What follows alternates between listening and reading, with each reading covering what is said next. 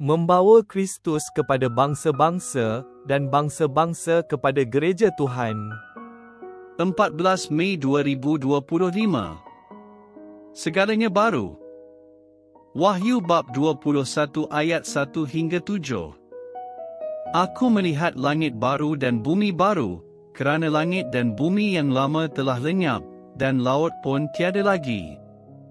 Kemudian aku, Yohanes, melihat kota suci, Yerusalem baru, diturunkan Allah dari syurga, seperti pengantin yang terhias untuk suaminya.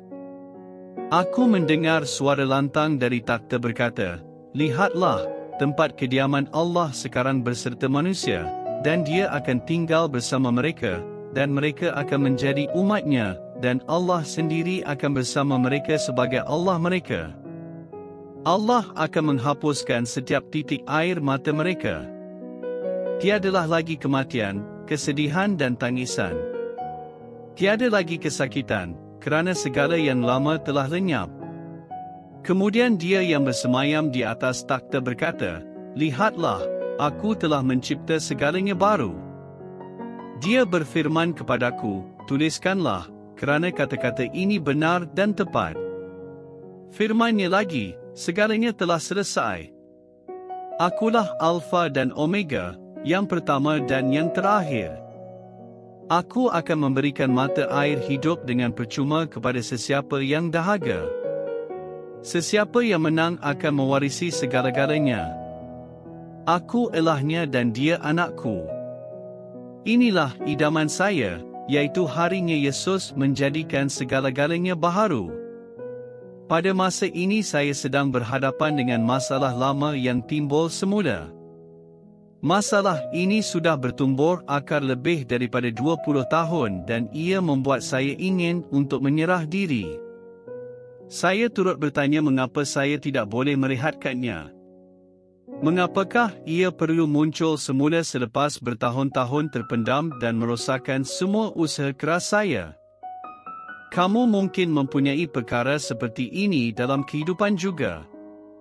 Perkara-perkara seperti rahsia keluarga, persengketaan di antara pasangan hidup atau ibu bapa, penyakit atau fikiran yang bertumbur semula setelah beberapa tahun apabila mereka mulanya kelihatan seperti tidak penting waktu itu. Akan tetapi, sekarang kamu menderita dan takut akan masa hadapan. Apa akan berlaku kepada saya akibat kejahatan ini? Adakah Tuhan masih bersama saya jika perkara yang terburuk berlaku? Tuhan akan bersama kita. Tuhan telah bersama kita kerana Dia yang bersemayam di atas takhta di syurga ialah Tuhan yang turun ke bumi untuk disalibkan di atas kayu salib, memikul penderitaan kita dan mengorbankan dirinya demi kita.